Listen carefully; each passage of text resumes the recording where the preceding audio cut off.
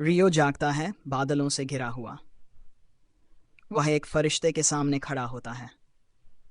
फरिश्ता उसे बताता है कि वह हाल ही में मर गया है, फिर भी अभी परलोक नहीं जाएगा।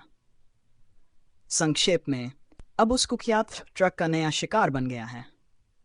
अब डॉरॉट माइकल पर निर्भर है कि वह उसे एक नए संसार में भेजे ताकि वह नई जिंदगी शुरू कर सके। माइकल बताता है कि रियो को कोई विशेष मिशन या बड़ा उद्देश्य नहीं मिलेगा। वह अपनी इच्छानुसार जीवन जी सकता है। जब रियो कहता है कि वह एक शांत और आरामदायक जीवन चाहता है, माइकल को कोई आपत्ति नहीं होती। लेकिन उसे भेजने से पहले माइकल रियो को उस दुनिया का संक्षिप्त परिचय देता है जहां वह पुनर्जन्म लेने जा रहा है। उस दुनिया का नाम है फाई, एक जादुई भूमि जहां लगभग 80% लोग अपने प्राकृतिक तत्व से जुड़े जादू का उपयोग कर सकते हैं। रियो के मामले में उसकी सबसे मजबूत प्रवृत्ति पानी है। चूंकि रियो ने शांतिपूर्ण जीवन मांगा, संपुटिवंत माइकल ने उसके लिए एक आरामदायक छोटा घर तैयार कर दिया। शुरुआत के लिए 2 ट्यूटोरियल किताबें, एक चाकू और घर के चारों ओर एक सुरक्षा कवच भी लगाया अंदर, ताकि राक्षस अंदर न आ सकें। इसके साथ ही माइकल ने रियो को एक बर्फ का घर दिया, ऑयट, जिसमें 2 महीने का खाना स्टॉक है ताकि उसे भूख से परेशानी न हो। साथ ही उसने एक गाइड बुक दी जिसमें उस क्षेत्र के सभी राक्षसों की जानकारी है। ये भविष्य में जंगल के प्राणियों से निपटने में मदद करेगा। लेकिन अभी रियो का ध्यान अपनी नई शक्तियों का परीक्षण करने पर है। वह बाहर आता है और जोर से कहता है, पानी पानी आओ, जिससे उसके हाथ में पानी का गोला बन जाता है। जादू उतना कठिन नहीं जितना उसने सोचा था। और आश्चर्य की बात यह कि वह बिना मंत्र बोले सिर्फ कल्पना करके भी जादू कर सकता है। अब जब उसे पता चल गया कि वह जादू कर सकता है, वह सीधे स्नानघर जाता है और पानी से टब भरने लगता है। लेकिन जल्द ही उसे एक समस्या का एहसास होता है। वह सिर्फ पानी बना सकता है और ठंडे पानी में स्नान करना उसे पसंद नहीं। इसलिए वह बाहर जाकर आग जलाने की कोशिश करता है। लेकिन उसे तरीका नहीं पता। थोड़ी देर बाद वह हार मान कर ले जाता है। लेकिन सूर्य की ओर देखते हुए उसे एक विचार आता है।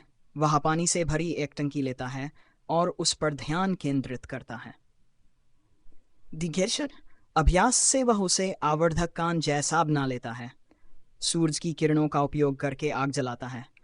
आखिरकार वह अपने स्नान को गर्म कर पाता है। पहले दिन के अंत में वह आराम से स्नान का आनंद लेता है। अब जब उसे बर्फ बनाने की कला आ गई है, वह सोचता है कि उल्टा भी संभव होगा। अगर गर्मी हटाकर पानी को जमी हुई अवस्था में बदल सकता है, तो गर्मी जोड़कर गर्म पानी भी बना सकता है। यह उसका अगला लक्ष्य बन जाता है। अगली सुबह नाश्ते के दौरान वह सोचता है कि 2 महीने का खाना जल्द खत्म हो जाएगा, इसलिए उसे शिकार करना पड़ेगा। लेकिन उसे लगता है कि सिर्फ चाकू पर्याप्त नहीं होगा, इसलिए वह हमला जादू का अभ्यास करने का निश्चय करता है। पहला प्रयास में वह पानी का गोला एक पेड़ पर मारता है, लेकिन इससे ज्यादा असर नहीं होता। वह पानी को केंद्रित कर और दबाव बढ़ाने की कोशिश करता है, लेकिन नियंत्रण इतना मजबूत नहीं।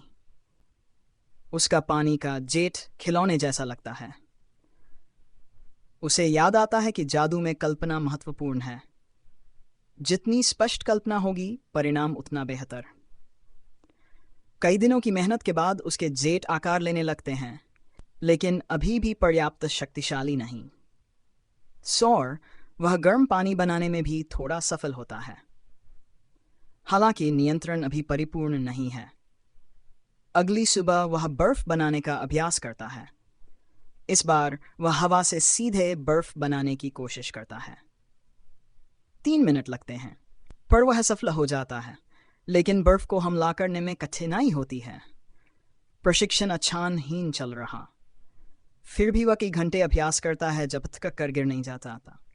अगली सुबह पूरी तरह ऊर्जा लौटते ही फिर अभ्यास शुरू करता है। ये उसकी दिनचर्या बन जाती है। वह बर्फ को तुरंत बना सकता है। उसकी आक्रमण क्षमता मजबूत हो गई है। खाना कम हो रहा, इसलिए वह पहली बार जंगल में शिकार के लिए निकलता है। 5 वर्ड्स पग चिन्ह देखकर नदी तक पहुंचता है।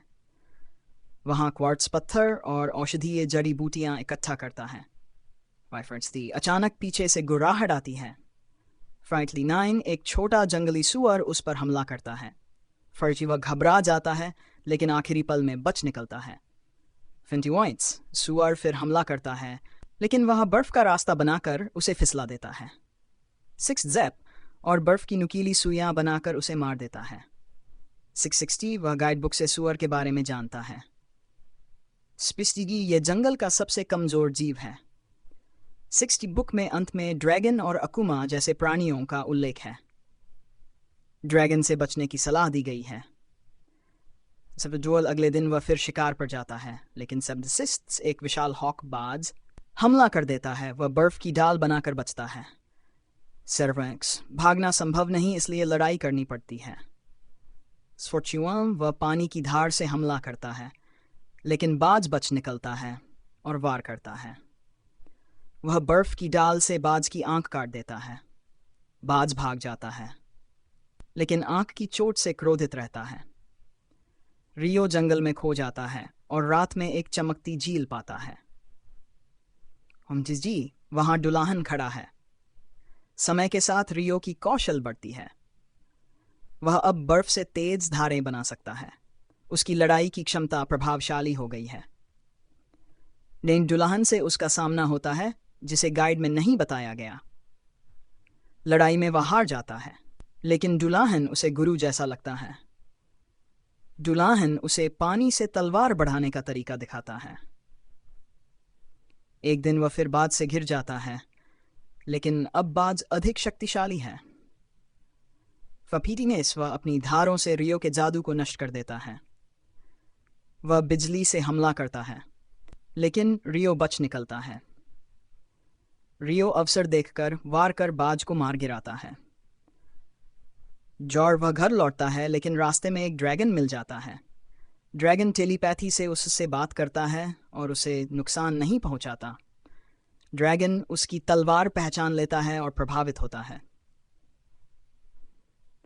हेवन में माइकल देखता है कि रियो को शाश्वत युवा का छिपा हुआ गुण मिला है।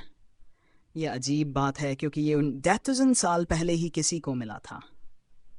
यह था पूरा अनुवाद। अगर चाहो तो मैं इसे और संक्षिप्त विस्तार